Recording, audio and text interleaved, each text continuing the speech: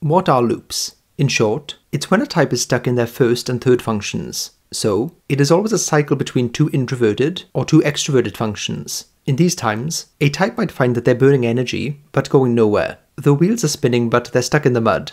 All of the introverted loops are going to have the same kinds of themes in common. They are too focused inward and disconnected from the outside world, or reality. They are insular. The NI-FI loop. This loop is paranoia.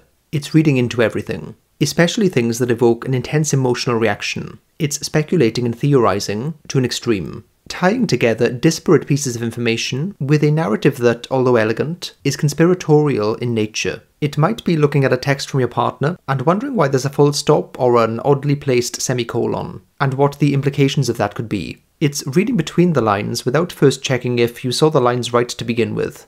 Escaping the loop. Part 1. Extroverted thinking. The best way to break the loop is to activate the function right in between it.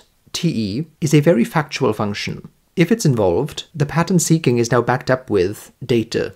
TE wants to measure. It desires metrics to track progress and improvement. When INTJs re-engage with it, they are brought back to reality. If the NI-FI loop is the theory, then TE is the experiment to test it. The INTJ will tend to have an emotional attachment to whatever they're looping over. This is because their FI is hyper-engaged. TE counterbalances that.